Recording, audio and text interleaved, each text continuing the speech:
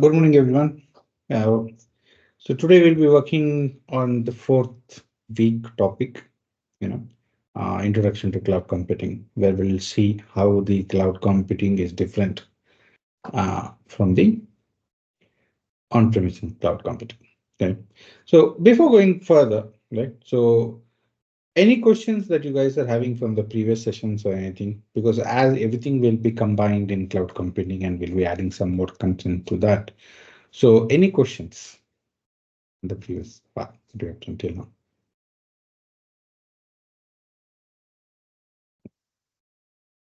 Yeah, fine.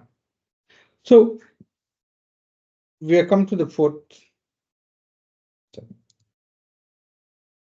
week, and we are talking about cloud security here. Cloud security is gaining very fast, and what are the things that we are having nowadays? Amount of services that can be provided related to cloud security is also higher nowadays, right? One of the major products sold by or appliances sold by cloud service providers are also security related products these days. Before we could understand what is cloud security and other things, right? We need to know what is cloud. Right? So how many of you are using cloud on a daily basis? Any idea? Do you use cloud on an everyday basis? Are you a cloud client? Is my question. I think we are using cloud in every step of our mobile and computer use. Correct, exactly. Because if you're using Netflix, you're using cloud. If you're using Gmail, you're using cloud. And whatever we do nowadays are based on cloud itself, right? That is the main advantage of, and it is seamless. That's the main thing about cloud. So we don't understand what is the cloud basically is. Okay, so you might tell, okay, fine. What you're told is fine. So what is a cloud computing? We're using cloud computing every day. Everyone is using it, including your apps, anyone who's using a mobile phone. Everything is based on cloud. But what exactly it is? What exactly it is cloud? In simplest term, right? In simplest term, we can tell it as a cloud computing is nothing but a someone else's computer, right? That is so. What does it mean here, right? Uh, Example, we can take it up. Let's say I have a very powerful desktop PC and I can do a lot of, in terms of processing power, it's good. Like it might have 128 GB RAM, very good twin processor and things like that. So one of my friend will tell, see, Karthik, I don't have any, I have an analytics job to do. And that particular takes a lot of CPU utilization. But I don't want to buy a new PC just for that because I just need it for an hour or so. And after that, I'm done with it. And no data need, I don't need more than that. So what I will do is that I will rent my desktop to him, right? And he is going to be using it and he is going to access my system via the internet, right? So if you see wherever you go, the internet is always represented using a cloud. The logo that is used for representing internet in any diagrams or anywhere, we see cloud is going to be used for that. And that is the reason cloud computing. So someone accessing a resource over the internet, it does not belong to them and using it. And after using it, they're going to stop it and they're going to be charged based on what they've used for. In a simple system, anyone can be a cloud provider, right? So that is in the simplest form, but one of the things that is not going to be there, right? So in an understanding verse, that is what is there. But in an enterprise level or an industry level, we need to have a much more clear definition for that. So cloud computing is a model for enabling ubiquitous, convenient, on-demand network access to a shared pool of configurable computing resources, right? That can be rapidly provisioned and released with the minimal management effort or service provider interaction. This is the official definition of cloud, and this is defined by NIST guidelines, right? NIST is the they gave because there's a lot of confusion when cloud computing came into existence and people started using cloud. There's a lot of definitions which were flying around, and they wanted a standard definition for that, and the NIST came into play. All right, so they came up with tell is that it's like any cloud computing is that there's a large pool of resources available in one location, and that particular location it is going to distribute those resources. What are these resources? It is a networking resources, it is a server processing, the storage and things like that, right? Your Dropbox is nothing but a storage services, right? That is all available on the cloud. Dropbox has their own cloud service, cloud infrastructure. From there, they're going to provide the services for you.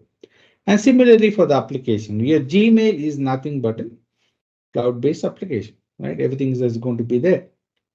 All those activities are going to be part of it, right?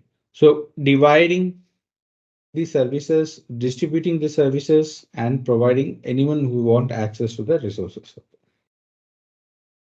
Cloud has a very main advantage out there. Why did the cloud pick up so fast? Why so many people are using cloud? Is that the cost of introduction is very low. Let's assume there is a person who wants to start his own company and he wants to provide some kind of a service. So in a traditional approach, what he has to do is that once he has to hire an office, he has to rent out an office, then he has to fill that office with the servers, he has to pay for the servers, then again he has to maintain those servers. And a lot of infrastructure costing is going to be very high for them. The introduction cost, to starting up a business cost is going to be very high. And cloud, this takes this entire equation out of it, right? And at the same time, anyone can start it. They don't have to worry, and they're going to start. I think some people can start their company basic services just by using their credit card and not spending more than few $100 every month for few, right? Based on that. So traditionally, one more problem was that when you're buying servers or infrastructure, you will always have to think about what is my maximum utilization is going to be, right? Let's say if I'm doing about 100 requests per day, but my maximum request goes up to 10,000 requests, but that does not happen every once in a while. It happens, it happens once in a while only, not quite often, but still I have to buy resources for that 10,000 requests only because the traditional infrastructures were not scalable, meaning I cannot increase the capacity when there is required and reduce the capacity when the requirement comes down. Right? That is the scalability is option is not. Cloud provides you with that kind of flexibility. Right? When you do the easy to instance or things like that, it could be running on a normal pace. And once there's the request, it can spin up additional resources for you and able to do all those things. So these are the advantages why people flocked into cloud, right? And they started pushing their data, they started storing their data, they started implementing new projects and things like that. And the impact of cloud computing was so high, and the cost of maintenance and things were so competitive. A lot of companies moved their on-prem services to cloud because they saw that they could save millions of dollars in some places, and it worked for them, right? But if you see nowadays, it is going down, the cloud computing, because the on-prem infrastructure cost is coming down significantly in terms of storage as well as the other things. And the cost of cloud computing is also going down. But still, it is not going to go anywhere. One of the main reasons is cloud security. And we'll talk about how cloud security is actually making people to stick around cloud security, cloud computing around, so rather than going on-prem. Right? What are the disadvantages having an on-prem services when it comes to security, and how cloud provides those kind of protection against that, right? So we'll go with that. So start off with, before we could do, but there are certain things we need to understand, right? So for us, security is always about defense in depth. For us to go much more depth into anything, we need to understand the underlying technology, understand the process much more detailed, right? So you can see there's a lot of cloud characteristics, right? So one of the essential characteristics are it is on demand and self-service. So meaning whenever I want to spin up an instance, virtual server, I can spin it up myself without having to interact with anyone on the system on the cloud provide services. All of my services are going to be measured and I'm going to be charged based on that. So I'm not going to pay more than what is not there, right? Only I'm going to pay only for the process that are going to be used by me. And rapid elasticity, meaning it is rapidly scalable. I can go from one server to 20 server or 100 server with a short span of time and scale back to that one server with a short span of time. So making sure that is going to be used only for a certain amount of time. I think the one of the early stages we can tell is that there was an attack that could happen. Very large log file was there in terms of cybersecurity. I'm talking. This is true in a lot of other cases. They saw that the cost of analyzing that log was going to be in terms of duration, it was about 40 days. And again, it is going to be very expensive for them, right? When they're not using if they're using the on-prem services or things like that. But this is in the early stages of cloud computing. Someone decided to use an AWS service for that, and they were able to do the entire analytic process within 40 minutes and significantly reduce the cost. The cost was so less. I think the chief operating officer paid using his credit card at that time. But it was not the same case. I think if it was few $100,000 at that time, they had to go the traditional approach to go with that. That's the thing. And broad network access. It can be accessed from anywhere, another process and everything. And resource pooling. So what do you mean by resource pooling? So yeah, if you see in your carpooling process, what happens is that there's one car and everyone is going to access. So there are multiple people using that car to travel out there. In a similar way, in a resource pooling, there'll be one large very powerful computer that can be used, and it can be divided into four people. It is similar to running your virtual machines in your laptop. Just the difference is that you are running a single laptop.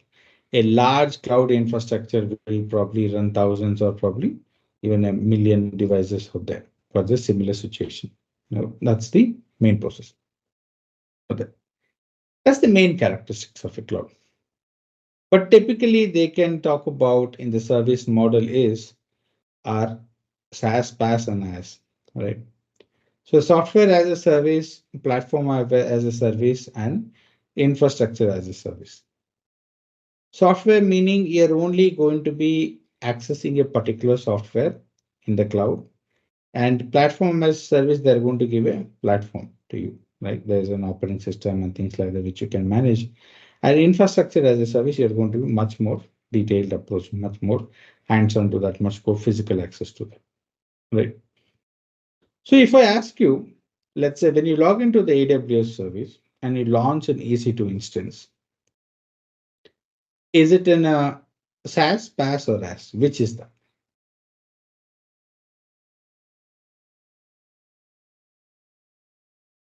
So which is that it is going to be available out there? Yes. SaaS, okay. Anyone else?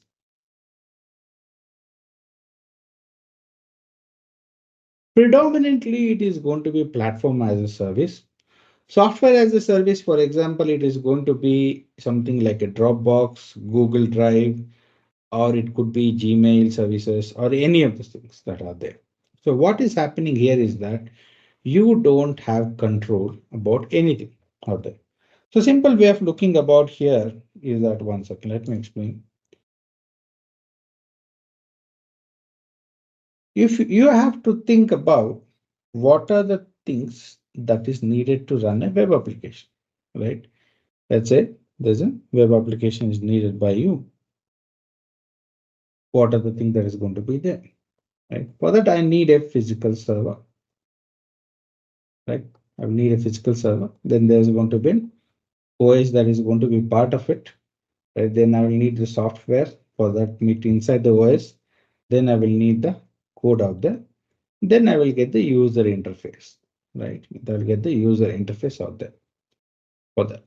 So in SAS, you're going to be given only access to the user interface, right? Typically, you can take up what is Microsoft Teams and other things, right? Where SharePoint and other things, where you don't have access to the server or anything. What you're going to have access to that is that You're going to be given only, you can create users for your employees in that, and you can give up, you can man, it is a user interface is going to be there, right? A web page where I'm making all the changes. I'm creating a user, I'm giving him a folder and things like that. There is no, you don't have access to any of the software or the code or the operating system. None of them you don't have access to. You don't know what is the background services running at all out there. So in those cases, it is called as a software as a service, meaning there's a very little input requirement from your end, and it is going to be very. So understand this concept of that. Let's say you're a small company, you're not a technical person, but you're starting a part of a service out there, and you don't want to hire any kind of technical people, more people out there, because technical people or technical employees are a bit more on the expensive side. It is going to cost you. Right? So that can be mitigated here, right? Someone who, if you are having on-prem services, on-prem server, you need to hire someone to do these activities for. So that's the main disadvantage of there, and that is overcome using SaaS, right? Whereas a PaaS, platform as a service, is bit more available out there.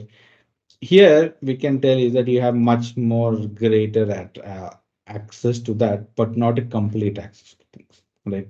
So whereas here you will know what operating system you're running, what is the software you're running, what is the code you're running. If people have you set up an EC2 instance, I can tell I want to run an Ubuntu operating system, and I can tell that this is the inside the Ubuntu operating system. These are the software that need to be done, and I can make configurations for that. So that comes in your pass. Right? On a normal day basis, amount on a technical source, companies which are working on a much more technical, deeper into that, predominantly will work in PaaS as a platform as a service, because they do have much more control over what they're happening out there. Infrastructure as a service basically deals about the physical part of it as well, right? So in a platform as a service, there will be a server where you're given a part of that one VM is going to be your part. Your VM1 is going to be, VM2 may belongs to someone else out there. That someone else is going to be there. Whereas an infrastructure level, that server is going to be belonging to you. No one else will have access to that.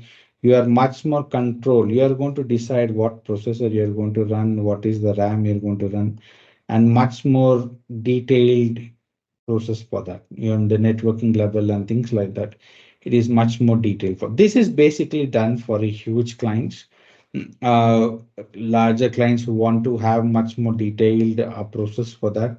So they will have a set number of servers that is set for them, right? For instance, one example is I was doing in cloud auditing for one of the largest banks in India once, and there the point there was we went to a very large cloud farm out there, and it was a very high security, right? So a week in advance, I had to submit my government ID proof telling that who I am, and I needed to submit my serial numbers for my mobile and my laptop, what tools are going to be inside the laptop and everything. So I had to take my official laptop, completely clean it, do a fresh install, only install relevant software and things like that. Because once I go there, there's a huge, you will not know the security is such that I had been going around that building. I'd been going around that building for more than a decade. I never knew that was a cloud data center out there. You'll never know about that. So there is no window or anything. I thought it's some kind of a storage facility. So I went inside for that. So for that, in a particular floor, a particular section is completely quarantined off. That has been set aside for that particular bank provider, right? It is the client for that service, and they are set up for that. And that service is going to be monitored by them, right? They're going to give an engineer who is going to work for them, right? And is going to work based on that for that. So infrastructure, meaning you have much more detailed access to that. You have much more detail to the infrastructure, the physical devices, things like that. That is the main thing about infrastructure. But predominantly, most of us will working on a platform as a service, platform as a service out there. In an, so that is the service models that is going to be there. Service models will play a major role in cybersecurity in the cloud environment, right? It is going to be deciding who is responsible for that and things like that. We are going to learn about it next. But what are the deployment models? So how is the cloud deployed and how what are the different ways to go about that? Right.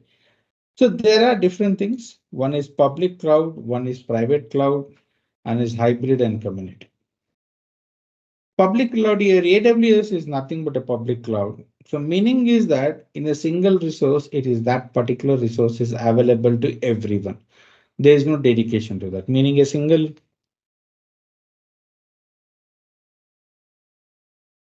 there's a single server. I can give one resource to one client, and the second resource is given to the client two out there. So meaning everyone will have access to this particular resource. That's the thing. Whereas in a private cloud, typically what happens here is that, as I told earlier, a banking, they had a separate section for them and they're going to be given access to that.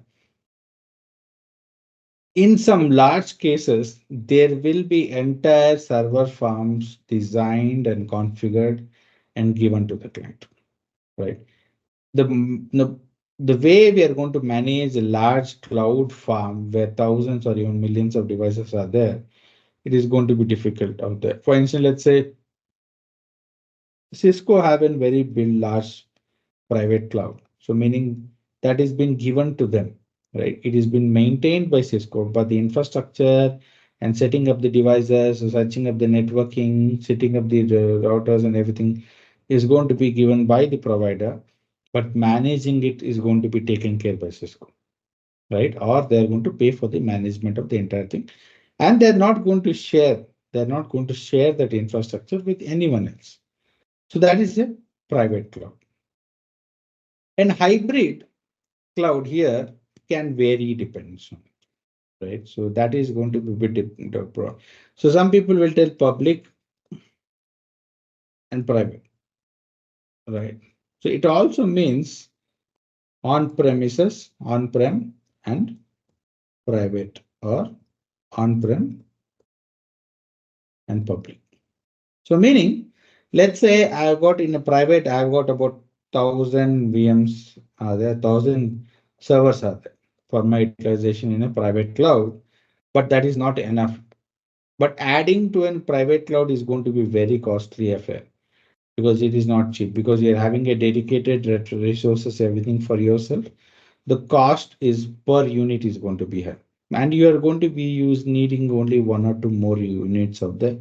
In those times, you will have those machines set up in a public environment, right? The low hanging or things like that, low hanging important data can be kept in a public cloud where it is going to cost less, right? That is one situation for an hybrid cloud. Another situation is on premises, right? People are already have on their network, there's a server available out there, right? And via the cloud, they will have one more server, right?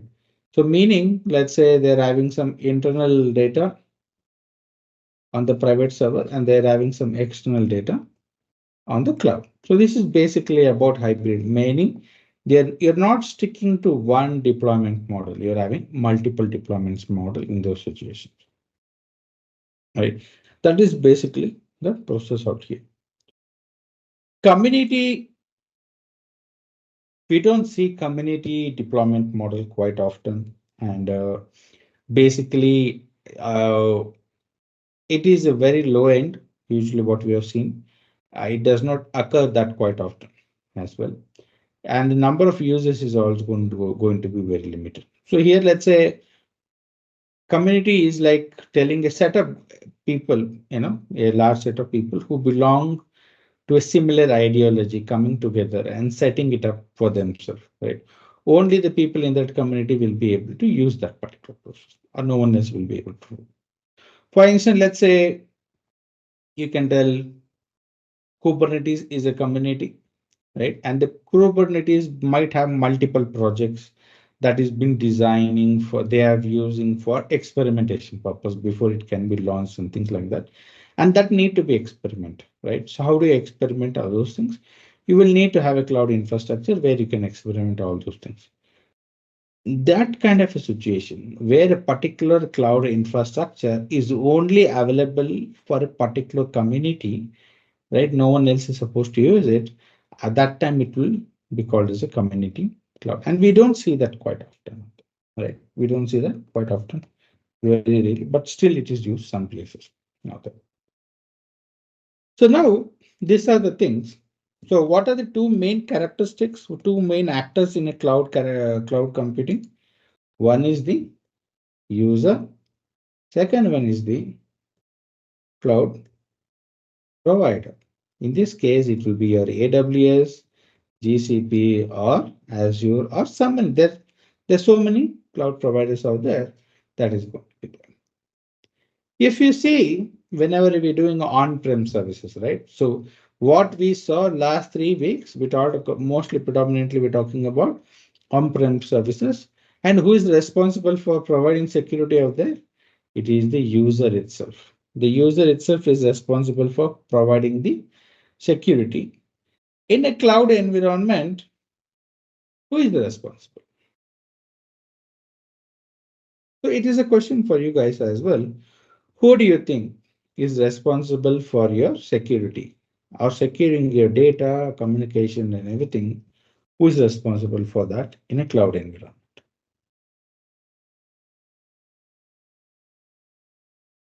Any answers? There's nothing being wrong with in this situation because it's always the more you approach and more you try to solve things, it's going to make it much more easier for you to in the future.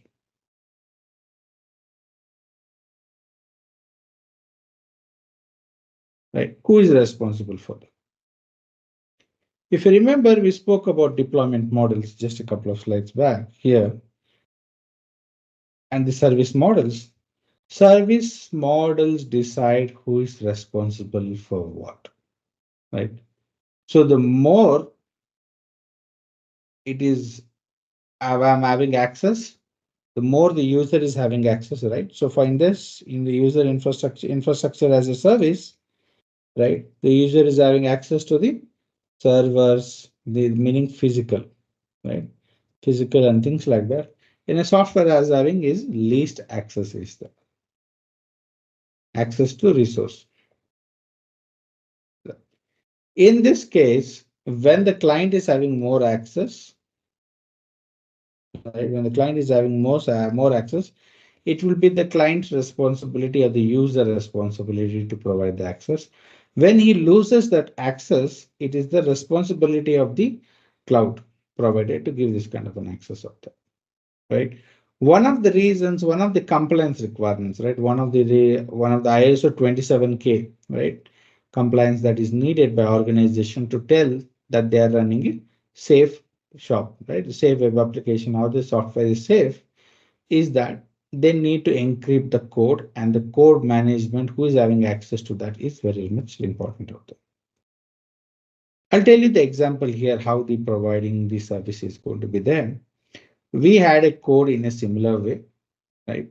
So they came and they have a huge list. They're asking what kind of an encryption standard you're using for encrypting the code. If you're having the data, what kind of a data encryption you're using. What are the other things? There's a huge list that comes into play for us. So luckily, we were not storing the data on-prem. So I don't have to do any of it, but I was storing the data on an AWS service, right? Now they do ISO 27 will have a tie-up with the AWS where they will have a clear-cut instructions of what is the security. Because now since the data is stored and the code, everything is stored and management of the everything is going to be done by the AWS, I don't have to provide any of that. From a compliance perspective, there's one less thing to worry about from my end of that, right? So that is the thing. So if I was running on-prem services, I was managing the server physically myself, my responsibility will be much higher. If I'm putting it on the cloud and the less access I have, It's going to be less important for me. We'll see. Well, let's have a much more detailed understanding of what I mean, right? If you take anything, if you take anything, if there is an on-prem service, everything is going to be consumer's responsibility. The cloud consumer is responsible for everything. And you can see that network control and physical security and things like that, the cloud provider is going to be more responsible when you're dealing with SaaS or PaaS out there, right? So what are you talking about here? Data classification and accountability, meaning what is data is more important, what is less important, who is having access to that, did they delete the data or anything like that, is going to be part of it, right? And the endpoint protection. So is this firewall is present out there or not? Who is able to access that endpoints? Who's able to access the server? What modification can be done by him? And all those things are going to be taken into consideration out there. And identity and access management, right? Who is responsible? What is the user? What is his role? What resource he has access to? That is there. And application and network controls, what we talk about is generally what we have done. So what is the application? What are the configuration changes I can do? What software I can install? All those things comes into play. Host infrastructure and physical security, right? Host infrastructure is a server that is available out there. Physical security is actually the, what we can tell, the complete campus access to the physical security that is going to be there. If you look at any Google cloud platform campuses or AWS, it will be very huge, right? And probably in hundreds of acres of land is going to be used for that. And the security there will be top notch. Probably it will rival any of the US bases, military bases. The security will be, and probably some of the US bases may not be as heavily fortified as a survey cloud. See, top cloud providers have physical security is going to, and everything is going to be monitored out there. And here you can see there is infrastructure as a service, the more responsibility belongs to the user, right? Only when it comes to host and infrastructure and things like that, it will be more responsible for the cloud. There is a division of process for that. And cloud provider is going to be completely responsible for the physical security, right? Whereas in PaaS and SaaS, right, is SaaS, you can see the only the data classification and accountability, right? Because when we have a service, it is the responsibility of the cloud user to tell which user is having access to what data, right? I will use, let's say I have an database for a college database where we're entering student information and everything. It is the responsibility of the college who's managing, who's using that software to tell which teacher will have access to which student's data, because cloud provider cannot give that information, take that decision out there, and things like that, right? There is also something you can see out there. There's something called as a FASS, FAS as well, functionality as a service. That is nothing but your, serverless approach where you're running an application. You're not actually configuring the server, you're just running the code out there, and that cloud provider will take. But that is one of the places, but it is having a very less impact these days. People are moving away from server, but it has a similar impact, right? In everywhere, the cloud provider, the least you have access to the resources, the cloud provider is going to be more involved, is more responsible for it. And this is a very good approach, right, for small companies, right? Because they don't have to. Getting in compliance certification is very important for small companies because it shows that they have a very good posture and it will help them sell their business. Because having a compliance, security compliance will also add to the business competitiveness, right? Let's say you have a two cars are there. One brand is telling it is crash tested and this is a certificate for that, for crash test, and it is a safe car, right? NCAP, global NCAP is going to tell this is a safe car that is there. But let's say there's another car which is much more stronger and much more safer, but it does not have a certificate. Right. So people do not cannot measure their how safe that other car is, even though it is secure than the first one which has the certificate, but they can't measure it because it's not been tested. So at that time they'll go with the car that comes with the certificate. Similarly, an organization which has an ISO 27K or HIPAA certifications, people will do more likely to do business and it will give an competitive edge. But getting these compliance certificates are very difficult. It's very stringent. It is one of the most difficult situations to go to because the auditors keep on asking different variations and things like that. It becomes so difficult. Why security job openings are a bit more difficult is that they needs in certain cases there needs to be done a background verification check in cybersecurity, right? You can't. There are cases where they'll check for criminal. They'll check whether this person's having criminal record or not. In certain high critical job opportunities where security is where the data is very stringent or very critical, they'll not only do your background check, they'll also probably will do your family background check as well, or probably a second tier family background check as well, checking whether you know your mom's uncle is in any or sister is in any kind of anything, criminal offense or even that time it's going to have an issue with that. So, so that kind of a stringent compliance is going to be there for small companies when cloud provider comes in and provide this security features, lot of weight shifted off that shoulder for them, and it will help them the compliance getting into that. So that's one of the reasons why a lot of companies, not only from an infrastructure perspective, a lot of companies continue to maintain is that the security is they don't have to worry about security too much. They have to worry, but they have to it is a reduced amount, right? So what are the ways? What are the important topics? What we see? How do we go about that? Right. One of the things that you will see most common is security groups, right? So what is a security group and what things are going to happen with them? If you remember, we spoke about firewall in one of the earlier webinar topics. Security groups just that out there, right? And what are the things that we control in the firewall? We can control who can access, what resource they can access, what is the port number they can access, and what time they can access, right? All those things can be determined out there. Security groups, it is what it's going to do. It is going to monitor your all incoming and outgoing traffics, right? And control it out there, right? So it also processes a whitelist, but you can under in cybersecurity, you have to think a blacklisting and whitelisting, they'll always prefer a whitelisting approach. So for instance, what do you mean by blacklisting? So blacklisting basically tells that a particular, let's say, I'm telling, let's say a particular, let's say, let me explain probably. Yeah. So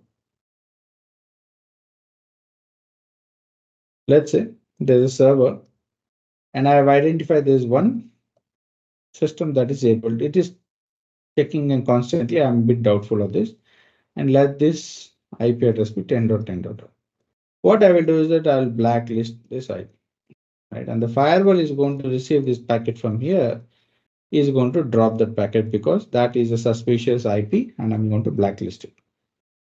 So now what hacker is that is going to be very clever. What is going to do is going to change his IP to something else. And this is what happens nowadays, right? The hackers will always spin up a new virtual machine or a new VPC from your cloud and start doing the attacks again.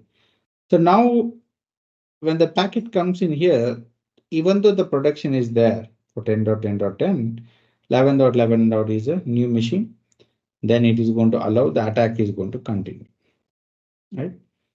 This is the drawback using a blacklist. Here, what they're going to use whitelisting. So blacklisting meaning block a particular IP, allow all except this particular. In a whitelisting, it is the other way around. Allow a particular IP and block all, right? So meaning, let's say there is an admin is accessing this particular machine from 12.12.12.12. So I'll go to write a firewall. I have a whitelist, meaning allow only this one, block everyone else. So irrespective of whatever the IP address this hacker comes into play, it might use 9.9.9.9, 15.15.15.15 or anything, he will be no longer be able to access it. And that is what the security groups are going to be taken into consideration for, right? It will take care the controlling the traffic. So meaning here we're talking about in a cloud environment, right? So you might have a server, we can use that security group to tell what users can access what kind of a services on what port, right? Anyone can access that particular EC2 instance on port 443 for viewing the web page. But if you want to connect to SSH, only particular port is going to be accessed and only from a particular user. And that we can monitor as well. Right. That is the security group out there. But this is very much important, right? Wherever we go, we talk about security groups and things like that. And this is one of the fine tier approaches to your system out there, right? So one of the main things. But there are a lot of other things, right? Other things that are needed out there. So anyone of you have configured any security group in your EC2 instance?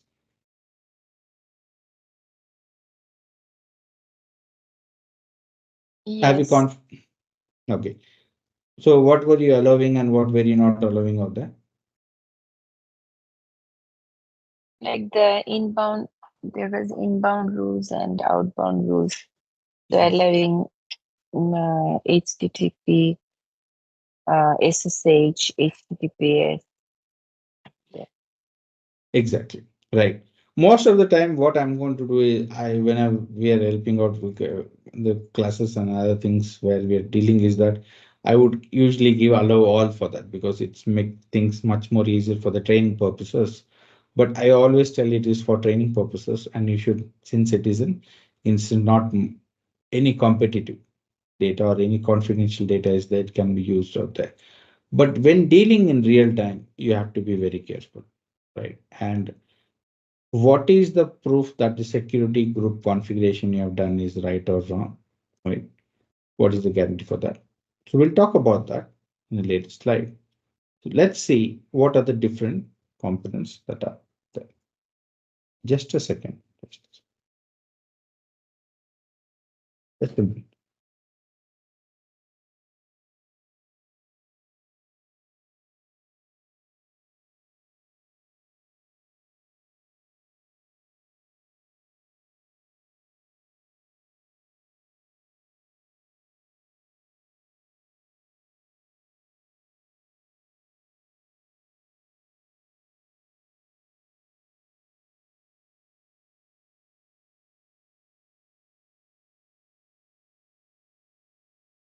One of the main components that is going to be of critical importance in a cloud environment, right?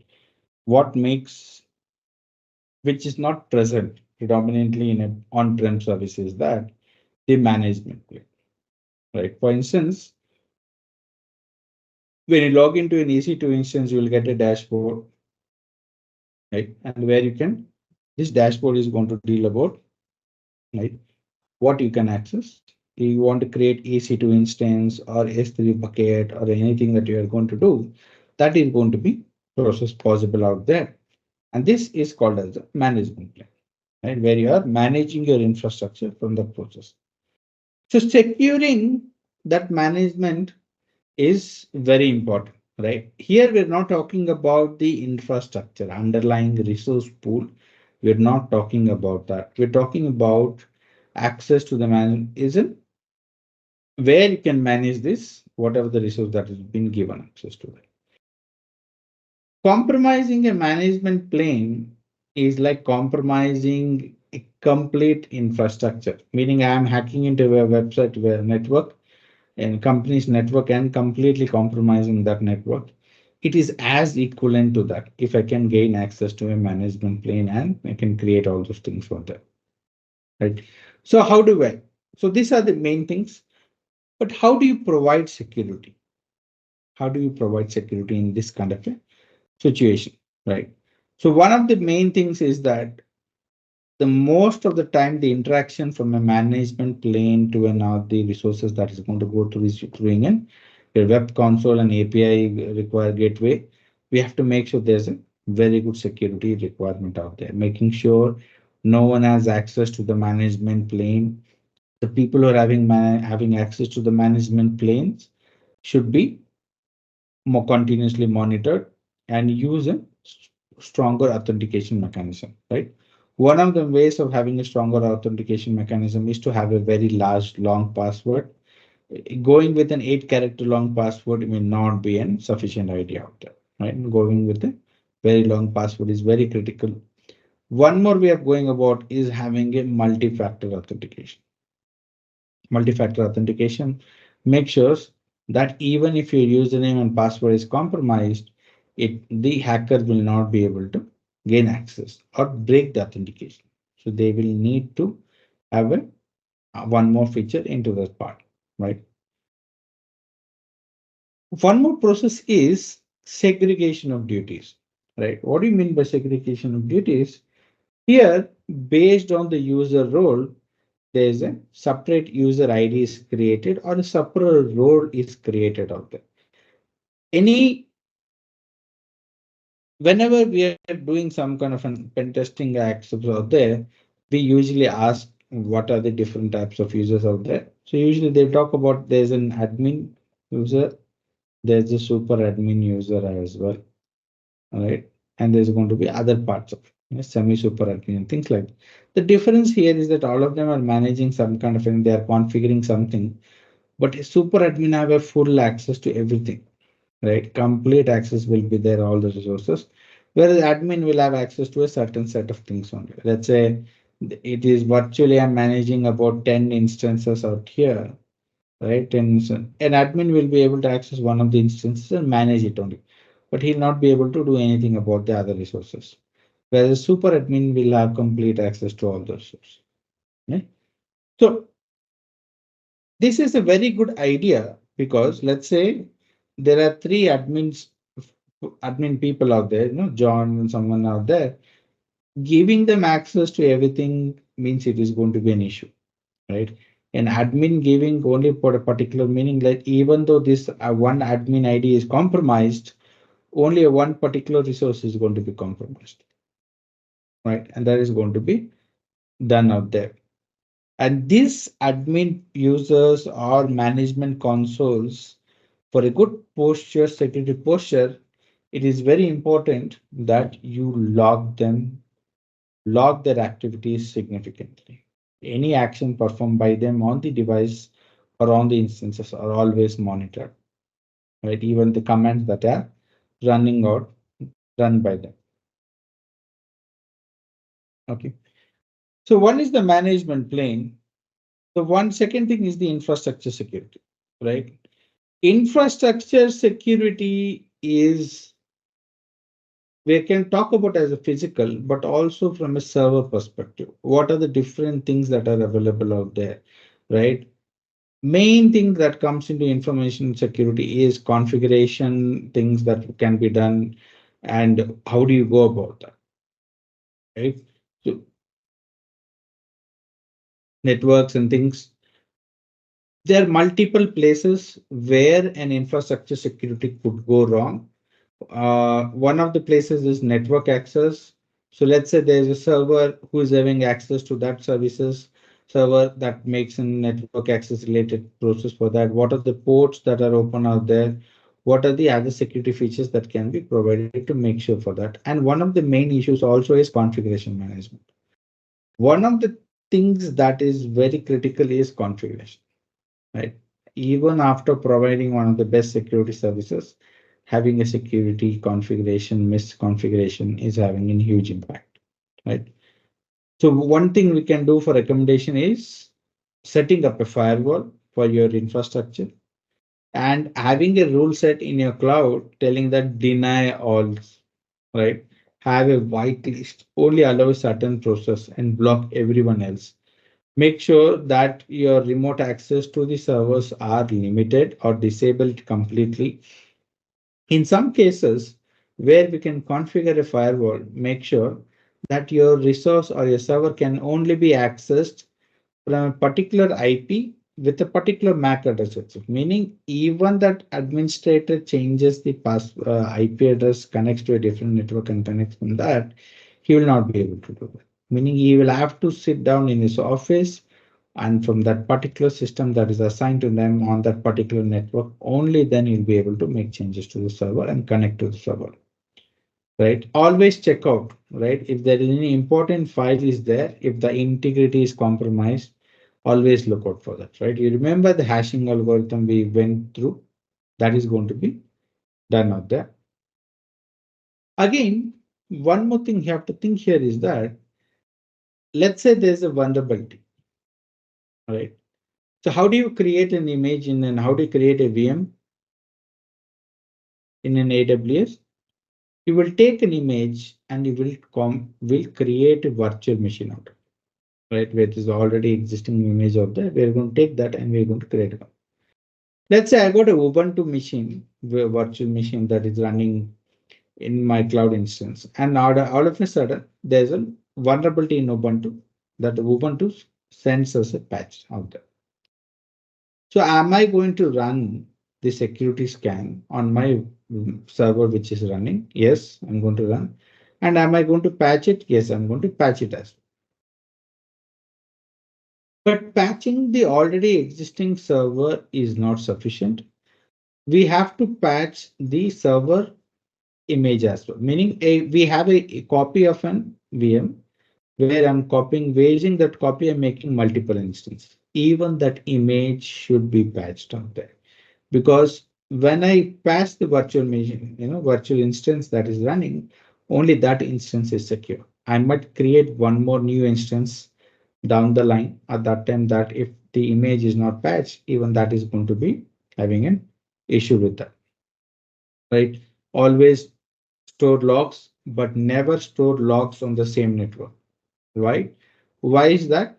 Because if your infrastructure is compromised, if you store the logs on the same network, the hacker is just going to access your log files and delete all his tracks. So that is not going to be there.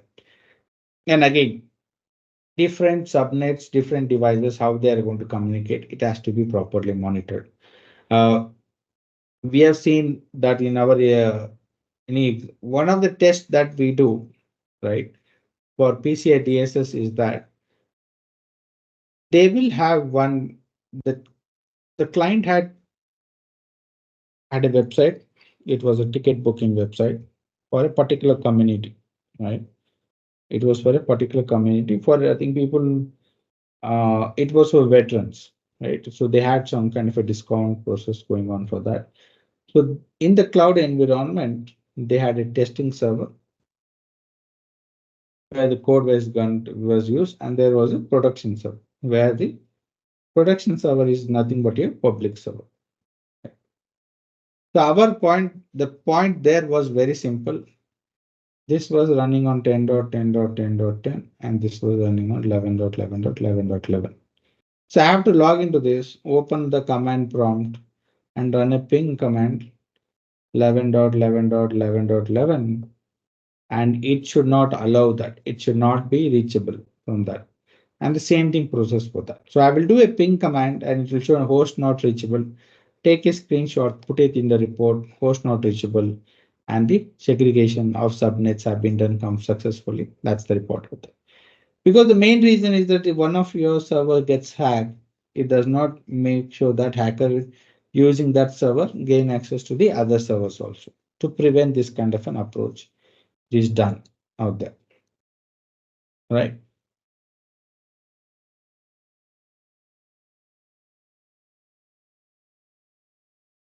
If you are seeing now, one of the things that you'll see common here is that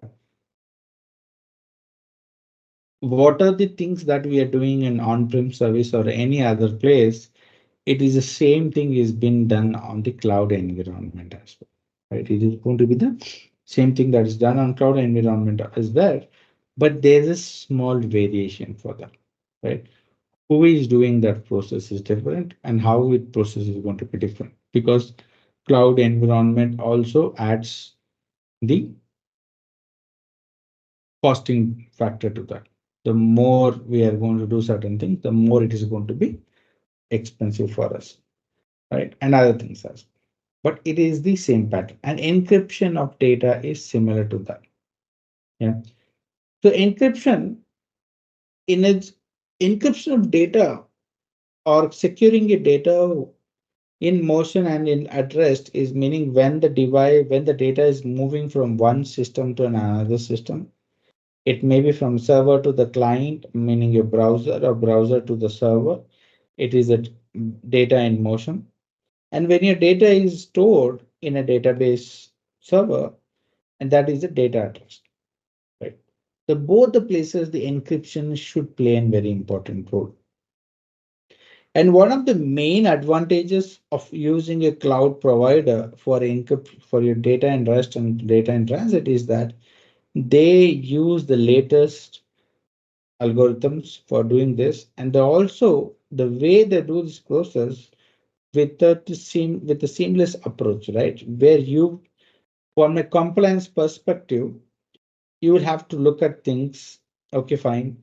What is the encryption algorithm I have to use? What is not you should not be used? What algorithm should not be used? All those things you will have to do a lot more research and work into that. But in here, that is not going to be an issue. The cloud provider is going to be taken into that process as well. Either this approach can either be provided by the cloud provider or third party tools are also available out there, right? There are a lot of, for instance, AWS itself will provide a firewall, right? But I can also have a checkpoint cloud-based firewall or a Palo Alto cloud-based firewalls can also be done. Those are third party. And similarly, in an encryption process, that it is going to be there as well. The AWS also will provide encryption, services for that. But if you are not interested, we can go with the third party services as well, right? But we should always look for products that work seamlessly and where it can be done without too much interaction, too much actions need to be taken by the end user, right? The more user you're going to be involved, the more complex it is going to be done. And the more complex, meaning more chances of an error, and more chances of an error leads to an increased in attack vector or compromise method. So have you guys, anyone of you guys use encryption on a day-to-day basis? Do you encrypt your data, right? While I think in transit, all of you are going to use, right? Whenever you're accessing a website, if you're using HTTPS, your data is getting encrypted before being transmitted. But what about storing your data, right? Are you encrypting your mobile phone? Your data is going to be encrypted in your mobile phone. Are you storing your hard drive in your laptop? Anyone?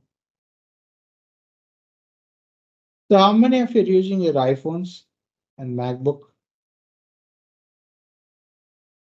or ThinkPad,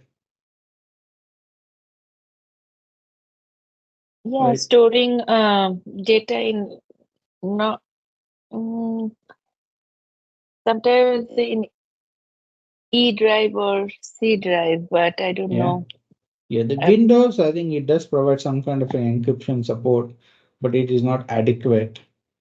But if you're using your iPhone, MacBook, or ThinkPad, all the data, all the data is encrypted by default, right? yeah, so storing the data in desktop in MacBook, but Yes, is yeah, that encrypted? yes, yes. Okay. The main reason is that why, you know, One of the reasons why your Android phones, right? Why the Android phone? I also use an Android phone.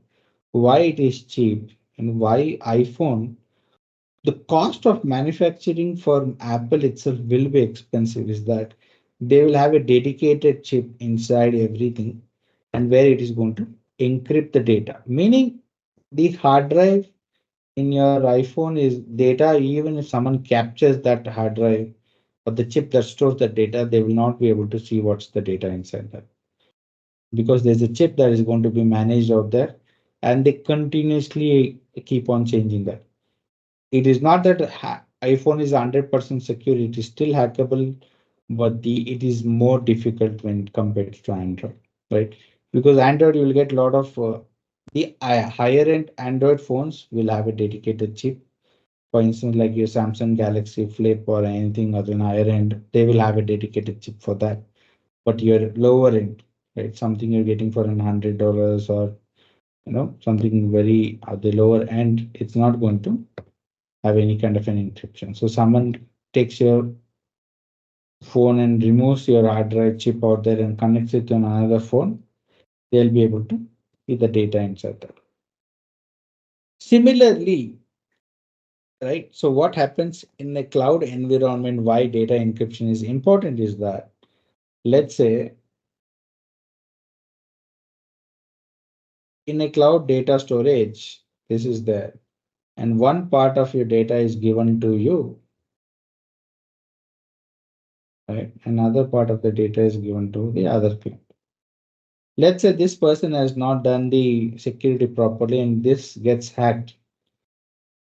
In past, there has been cases where after this, even though you're not on the same network or same company or anything, after hacker getting to the one of the instances resources, is able to gain access the resources from the other company. That is the problem with the public cloud, right?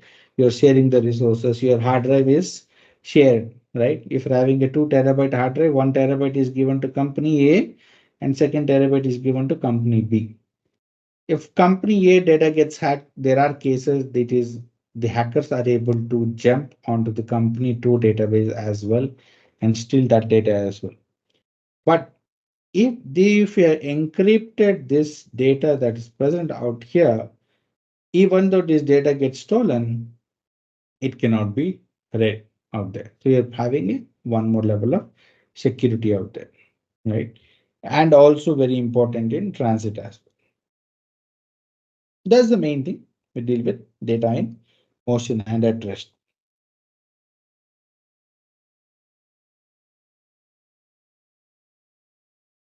Right. So how many of you know, right? It is not a role-based access control or RBAC. Have you heard about it? How many of you heard about role-based access control?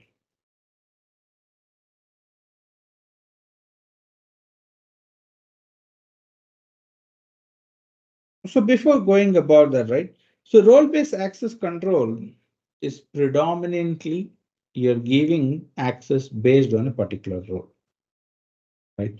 So that is where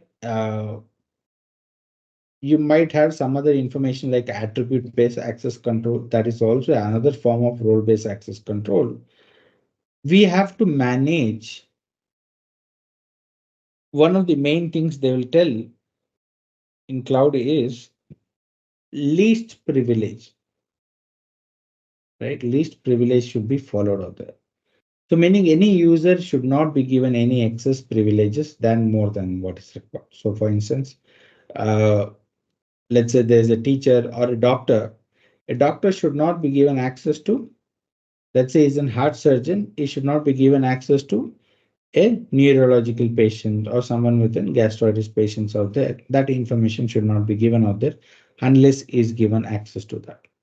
Similarly, in a cloud environment, identity and access management is very much important.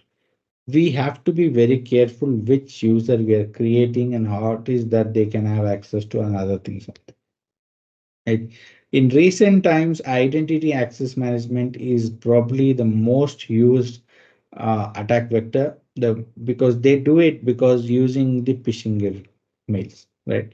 where we can compromise a particular user because that particular user would have clicked a particular link. And a lot of times it is administrators that is doing this activity. And one of the recent major Microsoft attacks was basically because of that. They did not come up with something a zero-day vulnerability or things like that. They compromised one of the uh, administrators who had a higher access to that resources and things like that, right? So we have to make sure that. So in those cases, least privilege is going to be there, but it is going to be cumbersome for me to every time there's a new user comes in and I have to keep on checking, okay, I have to add this, and that becomes a very difficult problem, right? For instance, let's say think about in a public call center, there are about 100 users, 100 telecallers are there. They will have access to the customer data, but they will not have access to update the customer data. Right? In some cases, they will be able to update the address and phone numbers, but other things they can't see or do things like that. So there's a certain set of functionalities, right? There's a certain set of functionalities, and they need to have access to those. For every 100 user, I cannot tell, okay, add this, add this, add this, and it becomes very, and let's say new user joins, I have to redo that again, and a new user, some user leaves, I have to remove all those functionalities as well. It is going to be very difficult. In order to overcome this, what they do is that they will set up a role, right? There's one functionality, and they'll assign all the functionality to that role. Now, when a user comes in, what I have to do is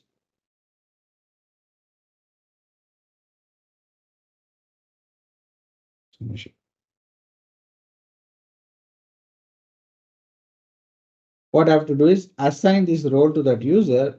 And by assigning that role to that user, I'm going to be giving all the access to that role. Now, if this user is leaving, I just have to remove the role for that, and that will be removed out there, right? For instance, a manager for a SFO, so San Francisco branch, will have access to that information. And when he moves to a new branch, I have to assign him a new role, and that particular branch access will be given to him for that, right? Again, have more security feature. Again, have multi-factor authentication processes here as well to make sure that you increase the probability, right? It is not difficult to compromise multi-factor authentication also, right? We do test multi-factor authentications. We have compromised multi-factor authentications, your OTP and things like that. You might have seen previously your OTP used to be 3-digit. And nowadays it is much more than 6 to 7 digits are there. There's a reason for that. We able to clearly compromise the 3-digit functionality out here, right? So how many of you are using multi-factor authentication for your normal utilization of services, right? Are you just using SMS via SMS codes you're doing, or you are using some other form of authenticator apps and things like that? Nowadays, the Normally, I secure, use yes, authenticated app. for accessing your Any Microsoft. any kind of whichever platform is giving two-factor authenticator, like Mhm. including banking, social media, uh, for every step. Good. That's a good option. Good. Nowadays, companies are moving much more stringent into this. So they do not only they will have a dedicated virtual private network between the client and the cloud services. Everything is going to be encrypted. And at that time, you will need to have a multi-factor authentication, which is again monitored by your VPN service provider, right? And it is keeps on changing every constantly, and everything is going to be reported as well, right? You will have to secure your endpoints as well, right? So we are looking here from a different perspective, what are the different components that are there and things like that, endpoints are very much important. So how do you defense in that provision is by adding more kind of services available out there. Firewalls, anti-malware, intrusion detection, and access control mechanism, DDoS protection, and things like that. If you go and check out AWS nowadays, you will see the amount of security appliances they provide. Or you take anyone, means like AWS is something which we use more common. But if you take any Azure or you know GCP, you will see they have much more protective services to at the provide points, right? Firewall configuration, things like that. A large organization nowadays are moving towards Azure because it is much more easier for them to manage the network access, especially for running identity access management, IAM, and the securing endpoints. Mainly because they are supporting Active Directory approach, where you're using a single sign-on approach to protect multiple things, right? In a non-traditional, in a non-other AWS or in using the GCP, it is going to be a bit more cumbersome since the platform Azure belongs to Microsoft. They have much more seamless approach to providing activities, and your all of your teams, sorry,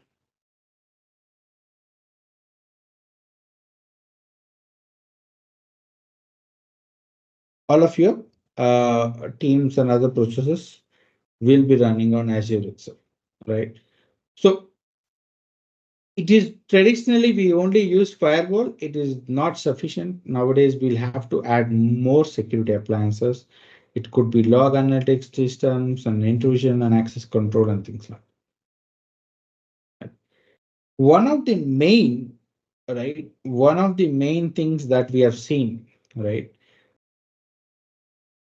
Where there is a leak, where the impact of an attack is quite high, is that when there is a lack of log or monitoring is not done properly. Cloud environment also we should need to monitor this. We should monitor the all the activities of the critical users, right? It may not be possible to monitor and log all the activities, right? One of the uh, logging is a very difficult art to manage, and it becomes very, you have to be very careful what you are logging and what you're not logging on time. So once what happened was, example I'll tell you, an administrator set up a log telling that any file changed in that folder should be logged in this text file. Let's say logs.txt. So this will contain that information, file, file name changed on by who changed that particular thing. And unfortunately, this administrator kept this file in this particular folder, and everything that is going to be changes into this is going to be there. So someone changed one of the folders, a log got generated here. So now what happened? This log.txt file also changed because a new line was added. A one more log was generated telling that a new line was added and file modified. That resulted in one more log generating. It kept on going on an infinite loop till it actually filled up the hard drive and it crashed, right? And it is very dangerous, right? And it has happened a lot of times. Uh, the mailbox is completely filled and things like that. We have to be very careful. But managing logs itself is not enough, right? Creating logs and storing log is not enough. We should also have some process of analyzing these logs out there, right? It gives you much more credibility. It helps you identify if there is an attack or if there is an attempt to an attack has been can be identified out there. So it gives us a much more clear. So one of the things it is going to is we can monitor the administrator access accounts. We can see if the account is compromised, we can monitor that and check why that particular account is running a certain command, right? If you're running something with a root user, or if a command started with sudo, a log will be generated and it will create an immediately an alert telling that it could identify an attack is in process, right? We can also look into the make changes to log. So if an attacker is having access to a particular service or things like that, we can analyze the log immediately and identify there's an attack in process and they can mitigate that attack, right? Probably they can remove the attacker or they can shut down the server which is of target for that. There can a lot of things that can be done. That's going to be there as well. And one of the issues, as we told, security misconfiguration can also be identified using log files, right? A certain activity will be shown and we can understand, okay, let's say a root user is logged into the system from a remote machine and that log can be generated. Then we can identify because the remote root access should not be allowed. Anyone should log in as a user and then elevate the root user, but I cannot directly do an SSH root process out here. And analyzing the log is going to help you, right? It will also help out as we spoke earlier, right? User IAM management. It will also identify that users are not running with privileges that is not needed by them, right? We can see what are the actions performed by someone. We can tell this is not needed by you and it can be mitigated, right? So AWS Cloud Trail is one example services from AWS that can be used for this process, right? So where do you have you guys seen where the logs are generated typically in a Linux environment? Have you used your logs? Right? Logs are not predominantly used, right? In the initial stages of log creation or as an administrator or as a developer, you'll always look into logs from a troubleshooting perspective as well, right? But later it started getting used for the process. In Linux environment, you can see var folder and logs is going to be more predominantly used for that, right? Security misconfiguration is an right major problem. One of the major problems, one of the most difficult things to for us to identify is also security misconfiguration. The one of as an auditing team, I'm talking about that because we need to have access to that, and number of things that we need to check is going to be very high. And predominantly, we like to prefer using a automation tool which can reduce this difficulty, but it may not be possible all the time. Uh, what are the issues that we could face, right? What are the issues that could be faced? I'll tell you one example. So for if you have someone who used Oracle database, Oracle 8 or 7 or something like that, there's a normal user ID called Scott Tiger out there, right? Scott is the username and password is Tiger. What happened was someone, when they installed the server, they forgot to remove this user. And this user had access to many database. So they created their information in the default database. So they had created other users. They were managing it for that. But hacker was able to gain access to the network into the database and steal all the data because the configuration wise, they did not remove the older version, right? Older user that was not out there, that was there out there. In one case, what happened was the administrating team was good. They created a new database, new DB, and started putting information into that. With Scott Tiger, hacker is not able to gain access to them because they're not given any access to them. But he still had access to the database. So what he did, he created a new database and started filling the data, which actually resulted in filling the entire database and led to a DDoS attack. Right. So in similar cases, in a cloud environment, right, we see this happening. Right, we see this happening. What happens is that there may be S3 interface, storage interface where they forgot to implement any kind of an authentication. Anyone requesting a resources from a particular S3 bucket is able to access to that, and they can pull any data out of it, or it could be where they're managed it, right? Where they're managed, they're going with the default settings out there. It is very difficult, right? We also see certain times from a configuration perspective, they might have given out the username and password in leaked out information and things like that. And that should not be done. Make sure by default it may be running in a higher privilege user that is not running in that way. And a lot of other things that we need to take care. One of the best ways to go about here is to use CIS benchmark, where CIS benchmark will have a important information, what are the default configuration that need to be checked and disabled. Or you can also go with CSA, Cloud Security Alliance, also will provide a lot of information about what are the things that need to be done perspective into that, right? So we have to make sure no default permission is never used. Also make sure that not all users have read-write access to that, right? Only that process. They should making sure the least privilege, meaning a data should only be in the view state by default.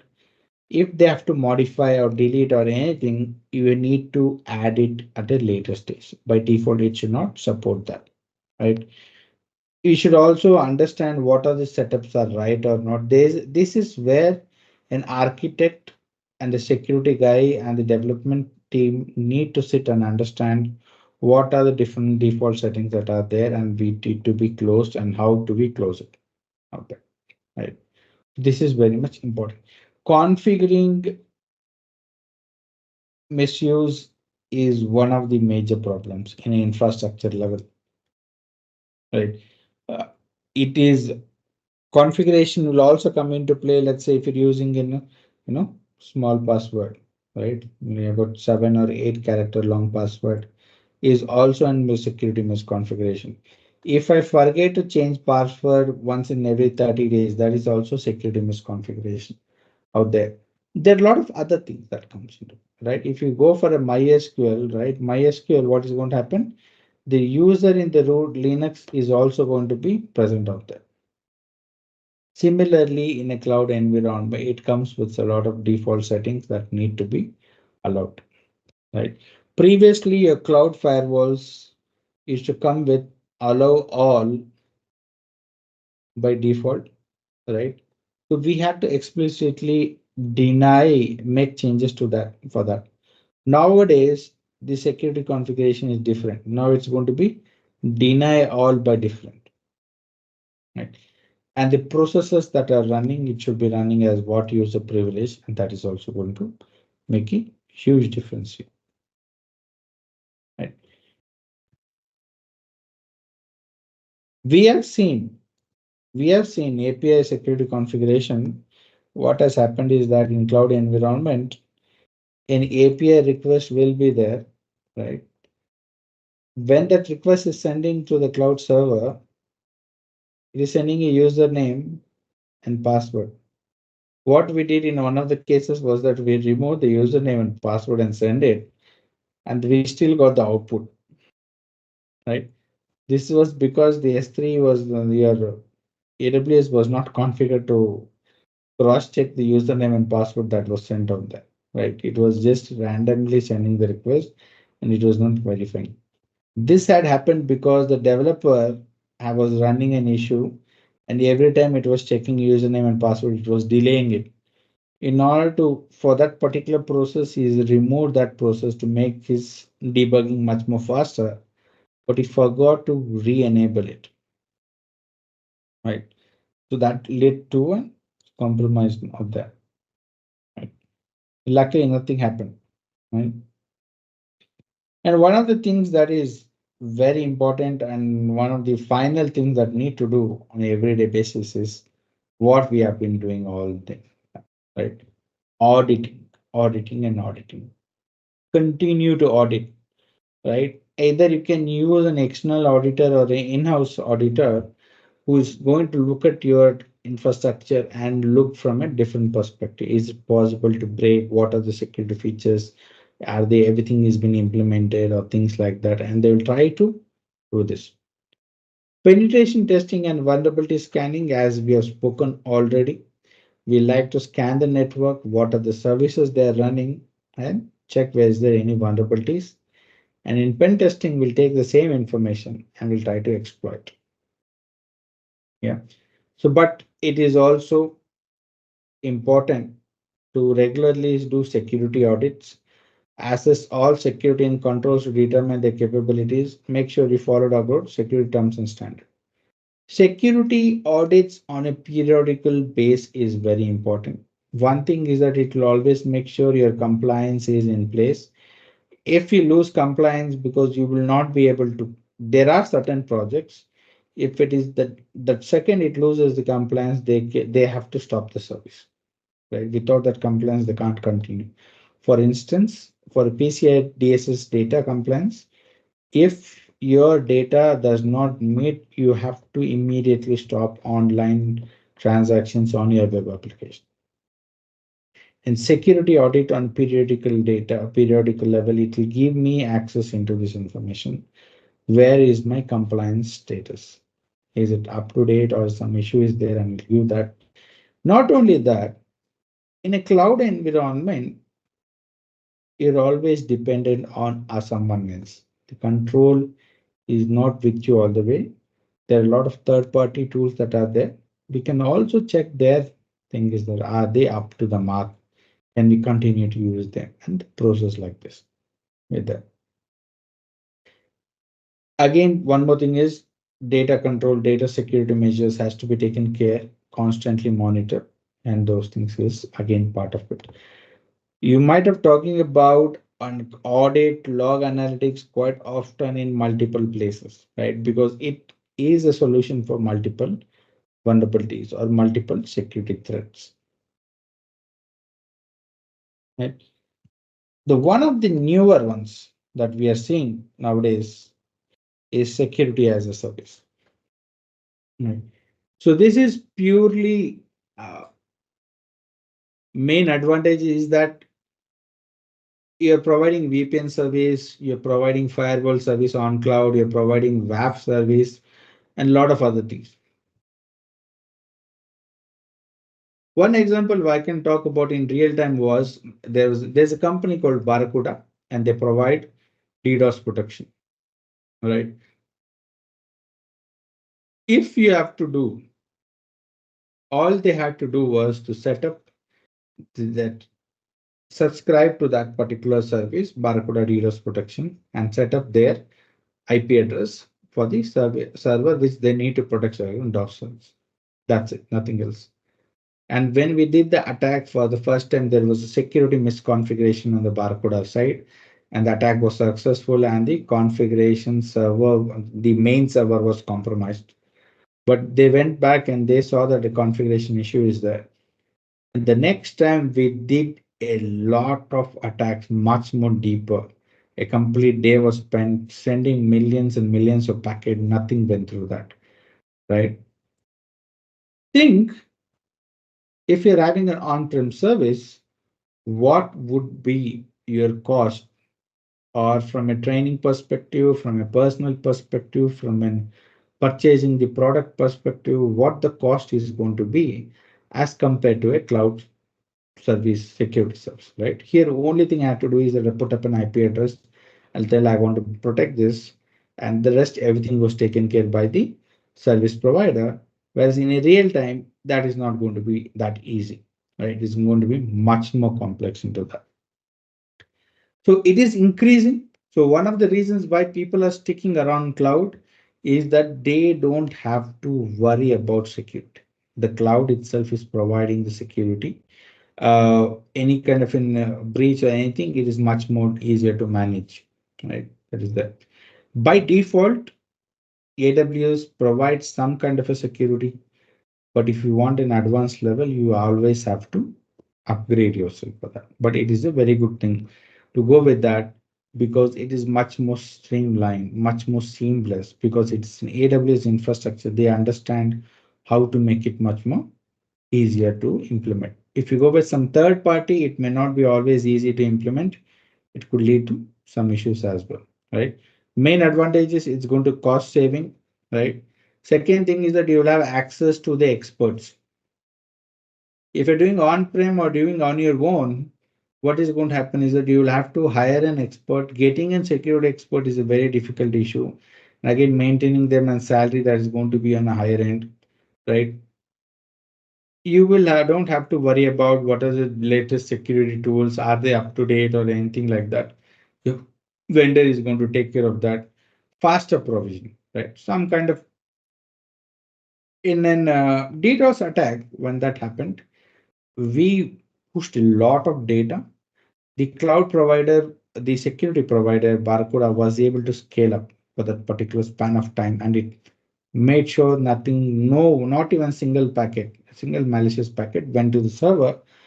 But it was able to manage this such a large attack because it was automatically able to scale its protection devices in the cloud environment. But if it was a normal customer, scaling that provisions would have been difficult for them, right? So that is a process, and it is much more easier to manage when services are taken care, services, security as a service is taken care by the organization rather than they themselves managing everything.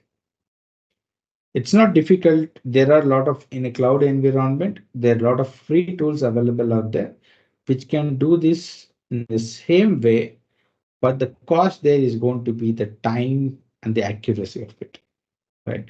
When you're giving it to a service, security as a service to the experts, they understand what is needed and they will do that. But if you're doing on your own, that's going to be a huge process, right? Cloud security and cloud computing is a very vast subject. So we, in this situation, in this webinar, we have seen what are the critical ones that are present today and how do we approach those things we have seen here, right? Uh, there's more to do. And one of the best places to look for resources is Cloud Security Alliance. And you can also go with AWS security documentation and or any cloud provider security documentation where it will help you out. How do you manage the services in a much more granular level? Yeah. That brings an end to the current webinar for cloud security, right? Thank you. Any questions?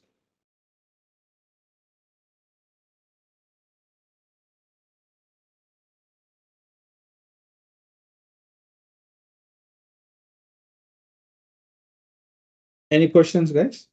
So what any topic what we spoke about today?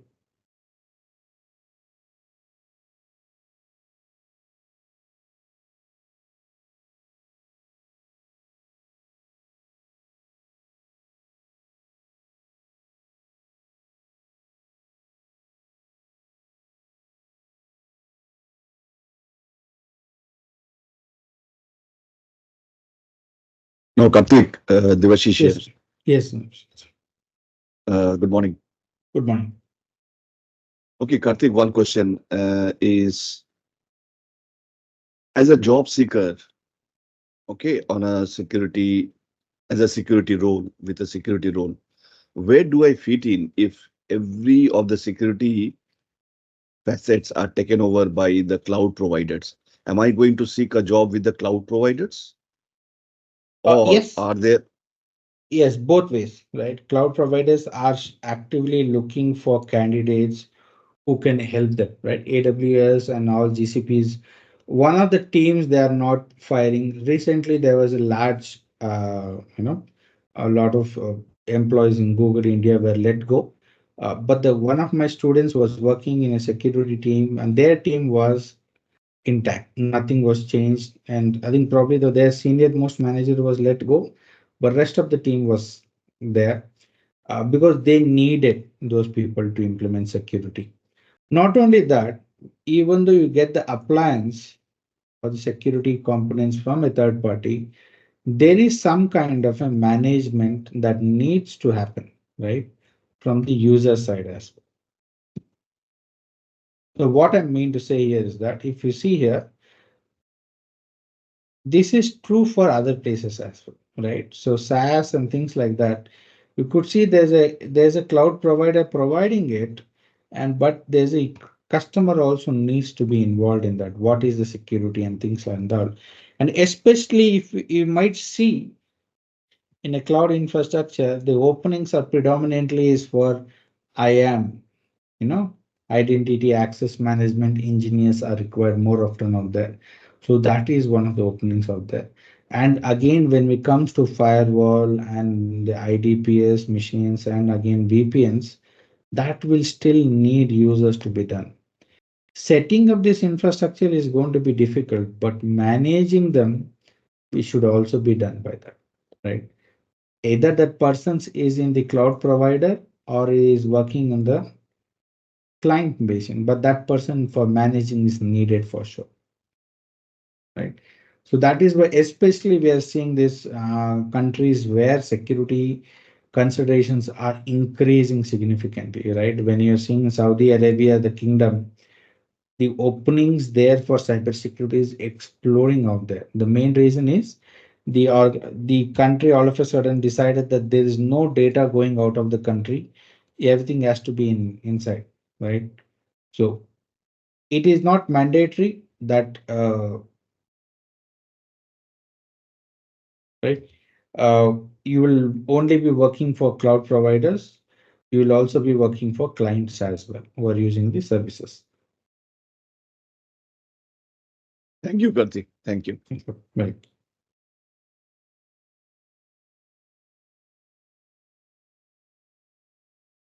Any more questions? Right? No, sir. Thank you.